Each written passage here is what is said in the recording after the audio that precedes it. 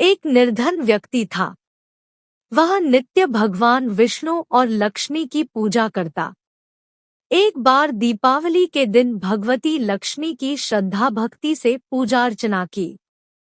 कहते हैं उसकी आराधना से लक्ष्मी प्रसन्न हुई। वह उसके सामने प्रकट हुई और उसे एक अंगूठी भेंट देकर अदृश्य हो गई। अंगूठी सामान्य नहीं थी।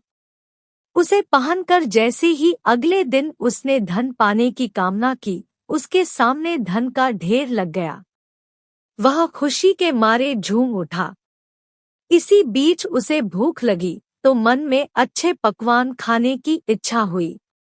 कुछ ही पल में उसके सामने पकवान आ गए। अंगूठी का चमत्कार मालूम पड़ते ही उसने अपने लिए आलीशान बंगला, नौकर चाकर आदि तमाम सुविधाएं प्राप्त कर ली। वह भगवती लक्ष्मी की कृपा से प्राप्त उस अंगूठी के कारण सुख से रहने लगा। अब उसे किसी प्रकार का कोई दुख, कष्ट या चिंता नहीं थी। नगर में उसका बहुत नाम हो गया। एक दिन उस नगर में जोरदार तूफान के साथ बारिश होने लगी।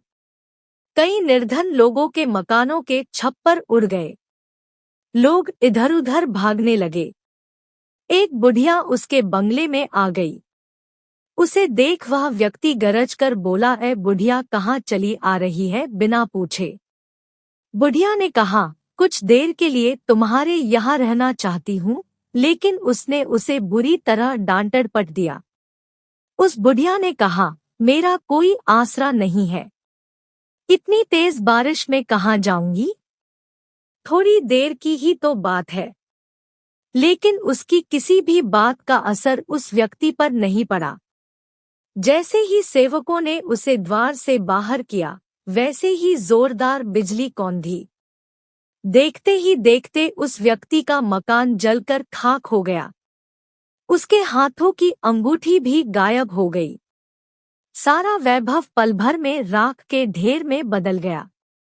उसने आंख खोलकर जब देखा तो सामने लक्ष्मी जी थी, जो बुढ़िया कुछ देर पहले उसके सामने दीनहीन होकर गिड़गिड़ा रही थी, वहीं अब लक्ष्मी जी के रूप में उसके सामने मंद-मंद मुस्कुरा रही थी।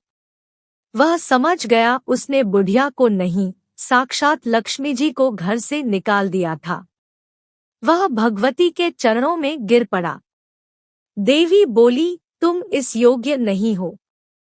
जहाँ निर्धनों का सम्मान नहीं होता, मैं वहाँ निवास नहीं कर सकती। यह कहकर लक्ष्मी जी उसकी आंखों से ओझल हो गई।